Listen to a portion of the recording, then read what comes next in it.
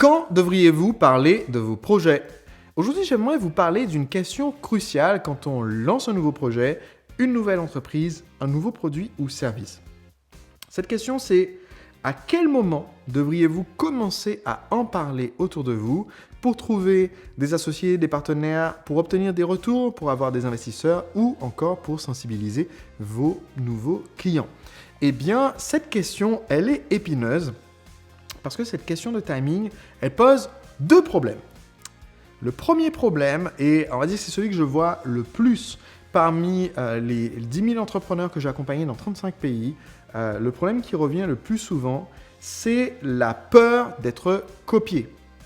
C'est de dire, mais en fait, si je prévois de lancer ce nouveau produit ou service et que je me mets à en parler cette année alors que le produit ou service sort l'année prochaine, est-ce que quelque part en Chine, un concurrent ne va pas créer le prototype et le mettre en vente avant même que moi je n'ai eu le temps de finaliser la conception de mon produit? Et c'est une question qui est relativement valide parce qu'on vit aujourd'hui dans un monde où, à l'heure où je fais cette vidéo, eh bien, il y a des sociétés, littéralement basées en Chine d'ailleurs, qui observent si vous faites par exemple un projet de financement collaboratif sur des sites comme Kickstarter ou Indiegogo, et quand ces projets ont du succès, eh bien, il y a des sociétés qui arrivent en fait à faire des contrefaçons de ce produit et à les faire produire avant même que le vrai produit dont le prototype a été présenté sur Kickstarter ne soit disponible à la vente.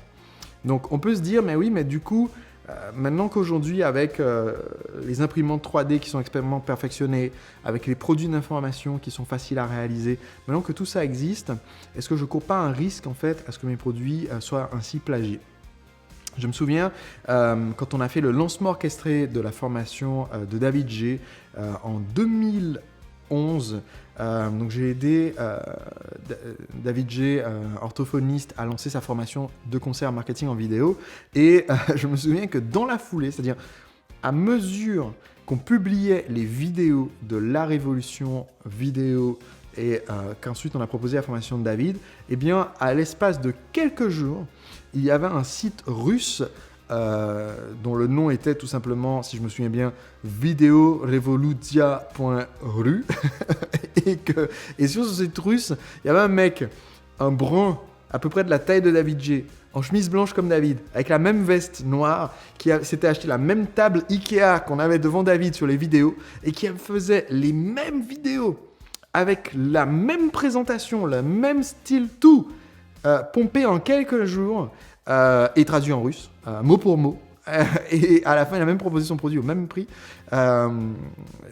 Et on a trouvé ça tellement drôle que David l'a même invité, ce russe, à se rencontrer, parce que, même pas pour lui dire, faire un procès, etc., juste parce que la vitesse d'exécution était quand même assez impressionnante.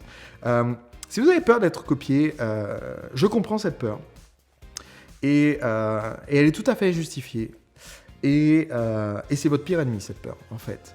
Parce que si vous faites quelque chose qui a tellement de chances d'être copié, et si la façon d'en parler que vous avez est tellement fragile que le copycat, c'est-à-dire le plagiaire, peut vous dépasser, et bien dans ce cas-là, vous devriez faire autre chose. C'est que vous n'êtes pas dans votre feu sacré, c'est que vous êtes en train de suivre une mode, vous êtes en train de faire un gadget. Si cette peur est vraiment justifiée, c'est que vous devriez faire autre chose, un autre produit, clairement. Parce que si vous lancez quelque chose, tant qu'à faire, lancez quelque chose qui vous passionne vraiment.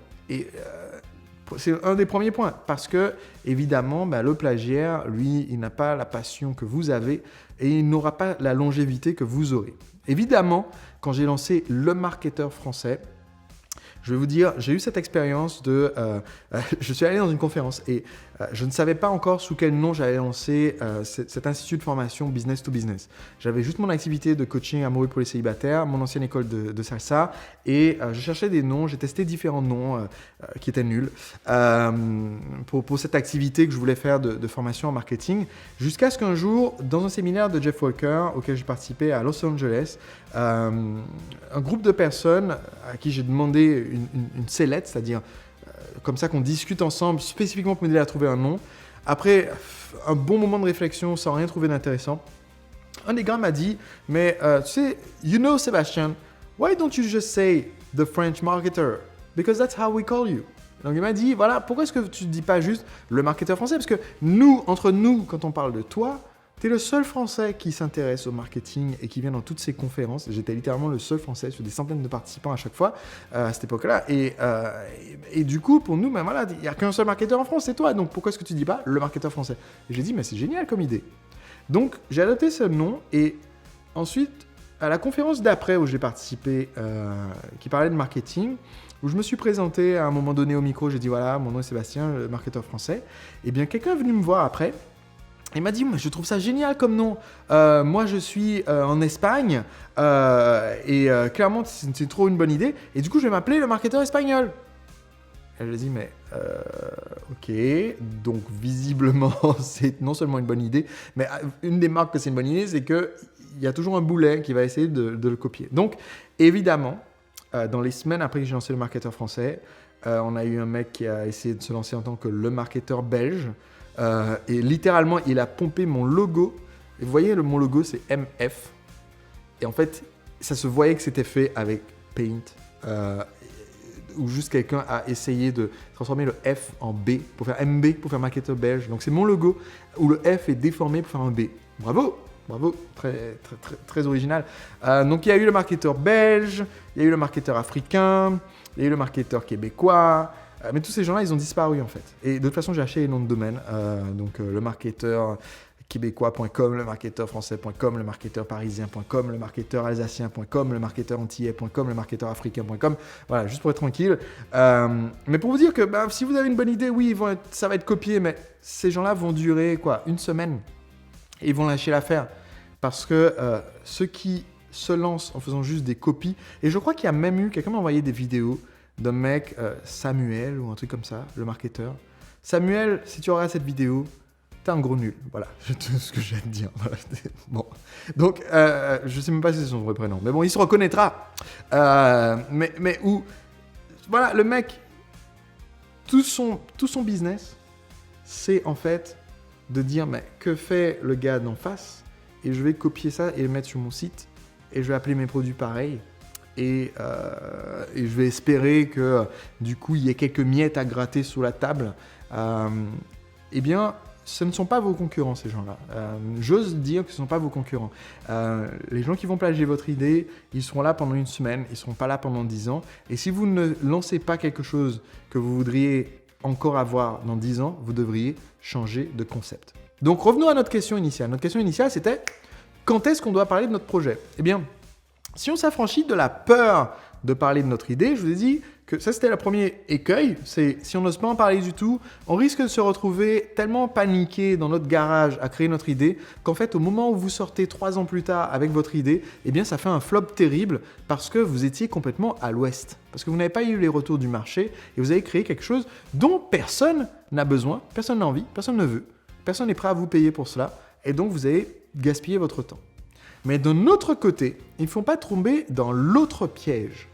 Et l'autre piège, eh bien, c'est d'avoir en fait une sensation. Si vous parlez de vos projets en permanence, eh bien, ça crée en fait l'illusion du progrès. Qu'est-ce que c'est que l'illusion du progrès? Eh bien, c'est un vrai phénomène qui a été scientifiquement prouvé que en fait, les personnes qui parlent tout le temps de leur projet à d'autres ont en fait la même sécrétion d'endorphines. Donc les endorphines, ce sont les hormones du bonheur. Ils ont la même sécrétion d'endorphines positives que les gens qui avancent sur leur projet. Et ces chercheurs, en fait, ont montré que les personnes qui n'arrêtent pas de parler de leurs idées, de leurs projets, en fait, ont statistiquement moins de résultats que ceux qui ont juste demandé des retours à des moments clés, mais qui travaillent en fait sur leur projet. Et c'est très intéressant de voir ça, c'est de se dire, mais en fait, d'un côté, il y a un piège qui est si on n'en parle pas, ben on fait rien, on est dans sa cave et on risque de sortir avec un truc dont personne ne veut. Et si on en parle tout le temps, eh bien en fait, on a l'illusion du progrès. C'est-à-dire qu'on n'avance pas en fait. On parle. Et ce sont ceux qui parlent le plus qui en font le moins. S'il y a bien un domaine où c'est vrai, c'est dans le monde de l'entrepreneuriat. Parce que votre cerveau, quand vous êtes en train de parler, fait toutes ces hormones de « ah, je me sens bien, j'ai la sensation d'avancer ». Donc, je n'ai pas besoin de travailler sur ce projet aujourd'hui. Aujourd'hui, j'ai déjà fait quelque chose d'utile. J'en ai parlé à des gens. Donc, comment trouver le juste milieu? Eh bien, le juste milieu, selon moi, c'est que quand vous avez cette idée extrêmement brillante, eh bien, vous devriez commencer par décrire cette idée à vous-même. Donc, vous allez décrire l'idée à vous-même de façon à ce qu'elle soit la plus précisément décrite possible. Pourquoi? Parce que, est-ce que ça vous est déjà arrivé de vous réveiller le matin avec une idée de génie? Vous en avez rêvé, c'est une idée mais formidable. C'est mieux que l'invention du pain en tranches, mieux que l'invention de l'eau chaude. C'est plus indispensable dans la vie des gens que l'iPhone. C'est plus pratique que le médicament contre le cancer. C'est un truc phénoménal. Est-ce que vous avez déjà eu cette sensation? Et puis, quelques minutes plus tard, quand vous êtes bien réveillé et que vous y repensez, ou alors quand vous essayez de l'écrire, vous vous dites, mais quoi? Qu'est-ce que c'est que cette idée bidon en fait? Parce que notre cerveau, quand il est comme ça, entre 2 heures de sommeil, de réveil au petit matin, eh bien, il n'a pas la même façon d'analyser en fait nos idées et du coup ça a l'air d'être génial tant que ça flotte comme ça là-dedans, mais une fois qu'on essaye de mettre sur papier en se disant mais ok, puisque c'est l'idée du siècle, il faut que je brevette cette idée géniale, eh bien on se rend compte qu'en fait non, c'est pas une super idée d'avoir des drones, d'utiliser des moteurs de drones pour faire des bateaux électriques, pour faire simultanément 4 œufs à la neige, enfin je sais pas quelle idée, voilà, ça sert à rien. Donc la première étape en fait du processus de partage de préparation de lancement, c'est de vous convaincre vous-même. Et quel outil je recommande d'utiliser comme ça pour formaliser nos idées? Je recommande un outil qui s'appelle la fiche impact. Cet outil, j'en ai parlé dans de précédentes vidéos sur ma chaîne. Je vais vous mettre le lien de cette ressource dans la description de l'épisode d'aujourd'hui. Allez le voir, c'est un des outils les plus phénoménaux que j'ai appris de mon coach Dan Sullivan. D'ailleurs, il le dit, son programme de coaching coûte $20,000 par an.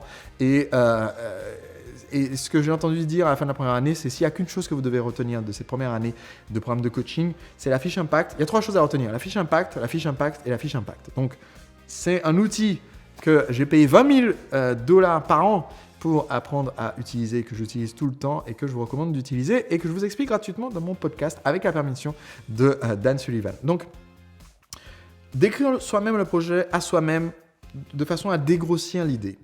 Et ensuite, à ce moment-là, eh bien, vous pouvez commencer à avoir la conversation avec des personnes de confiance. Donc là, on ne s'agit pas d'un engagement public où on clame à tout le monde. Là, vous voulez discuter avec des personnes de confiance, c'est-à-dire les personnes en qui vous avez confiance pour vous permettre de clarifier vos idées, pour vous encourager si vous êtes dans la bonne direction et pour vous décourager si vous êtes dans la mauvaise direction. Parce que c'est pas toujours facile de trouver quelqu'un qui fait les deux. Trouver des gens qui sont prêts à vous décourager. Malheureusement, beaucoup d'entrepreneurs, vous avez déjà ça dans votre entourage.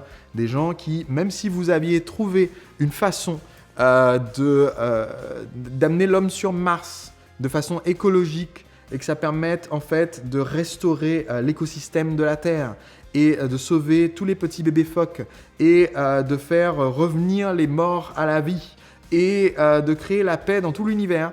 Et bien même si vous avez su faire ça, vous auriez toujours cette personne dans votre entourage qui va vous dire « Mais pour qui tu te prends là ?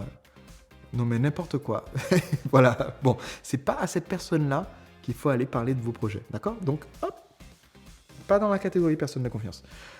Et d'un autre côté, vous avez d'autres personnes qui sont trop dans l'opposé. C'est-à-dire, toutes vos idées sont géniales, tout est super, t'es trop beau mon fils, t'es trop belle ma fille, c'est vraiment formidable, tout ce que tu fais mon neveu. Ces personnes-là, vous ne pouvez pas non plus leur demander des retours parce qu'elles ne vont pas vous aider à distinguer le bon grain de l'ivraie. Vous n'allez jamais savoir si votre idée est dans la bonne direction ou pas. Et donc, ça a son rôle, les supporters c'est bien, mais c'est pas bien les supporters quand on est dans la phase de ok, j'ai cette idée, est-ce que je devrais me lancer là-dedans ou pas? Parce qu'ils vous diront oui de toute façon, ça ne sert à rien de demander conseil à quelqu'un dont vous connaissez déjà le conseil. Si vous savez déjà qu'il va vous dire ton idée c'est de la bouse et pour qui tu te prends, ne lui demandez pas conseil. Si vous savez déjà qu'il va vous dire ton idée c'est de l'or en barre et tu devrais absolument le faire parce que toutes tes idées c'est de l'or en barre, eh bien ne lui demandez pas conseil non plus.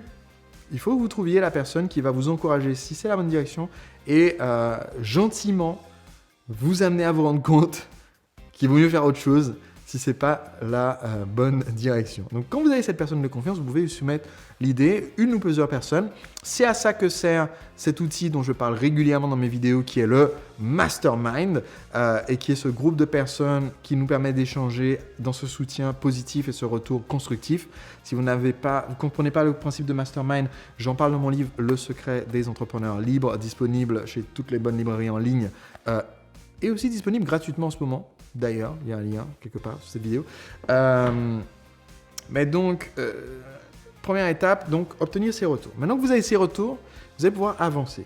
Et donc, à quel moment est-ce que nous parlons de notre projet, on va dire au grand public? Eh bien, on parle de ce projet au grand public quand on franchit des étapes clés. Quand je franchis l'étape de dire « Ok, j'y vais », à ce moment-là, je peux faire une annonce au grand public. Parce que ça me permet de planter un drapeau, en fait. Ce qui fait que même si quelqu'un d'autre lance une idée similaire, parce que votre idée, elle flotte dans ce que certains appellent la gestalt ou gestalt. C'est un mot allemand. Il y a toujours l'équipe de mon pote qui me regarde bizarrement quand je prononce mal les mots allemands. Ne frappez pas, ne frappez pas. C'est-à-dire, dans l'esprit collectif, votre grande idée, elle flotte. Et elle existe déjà. Quand Alexander Graham Bell a inventé le téléphone, eh bien, simultanément, il y avait quelqu'un d'autre qui avait aussi eu la même idée, qui est en train de travailler sur exactement le même projet et qui a essayé de déposer le téléphone à peu près en même temps.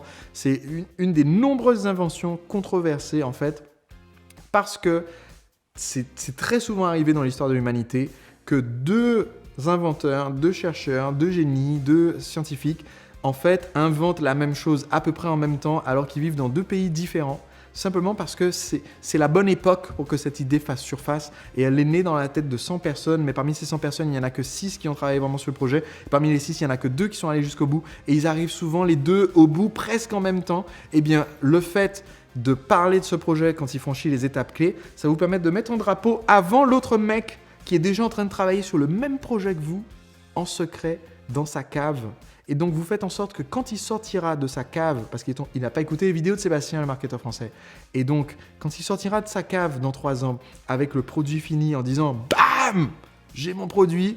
eh bien, tout le monde dira « Non mais oui, ben, ça on a déjà vu, hein, tu sais, on a regardé les vidéos de... » Et parlons des vôtres, parce que vous en aurez parlé dans vos vidéos. Et donc, vous serez la référence sur cette idée, sur ce principe. Donc, c'est à ce stade, en fait, qu'on parle de vos idées. Attention, point très important, vous parlez de vos idées, vous parlez de votre projet, mais vous ne parlez pas du nom de marque. Vous ne parlez pas du nom du site web, vous ne parlez pas du nom du produit. Vous déposez tranquillement votre nom de produit à votre Institut national de propriété intellectuelle. En France, ça s'appelle tout simplement l'INPI. Donc, vous allez tranquillement sur le site de l'INPI, Institut national de la propriété intellectuelle. Vous allez dans dépôt de marque. Ça coûte pas très cher. Vous déposez votre marque dans les domaines concernés. Donc, si vous comptez lancer un produit de beauté, ben, vous allez le déposer dans produits cosmétiques, produits de beauté, produits de quotidien, etc. Et vous enregistrez votre nom de marque.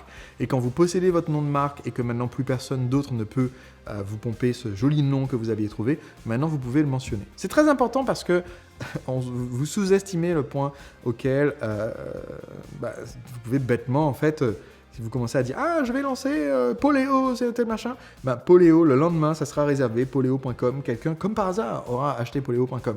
Donc, quand je dis déposer, parler de votre idée, vous ne parlez pas du nom, vous parlez de votre idée. Et vous en parlez à tous les moments clés du projet parce que du coup, ça permet d'attirer autour de vous les investisseurs, les partenaires, les fournisseurs, les prestataires, les futurs clients qui sont intéressés par ce projet. Ça permet de montrer les coulisses, ça permet de les impliquer dans la préparation du lancement de ce produit, ça permet d'obtenir les retours au moment clé. Qu'il s'agisse d'un produit d'information, d'un service, d'un produit physique, d'un bouquin, ça permet de les impliquer et du coup de sortir un produit fini qui réponde à leurs besoins et en même temps qui est déjà connu sur le marché avant que vous le sortiez. Et c'est comme ça que votre produit connaîtra le succès au moment où il sortira. Et ce même s'il sort 2 jours après celui de l'autre mec qui a travaillé dans sa cave mais qui n'a pas écouté l'épisode d'aujourd'hui des rituels de l'entrepreneur libre. Voilà donc à quel moment vous devez parler de vos projets.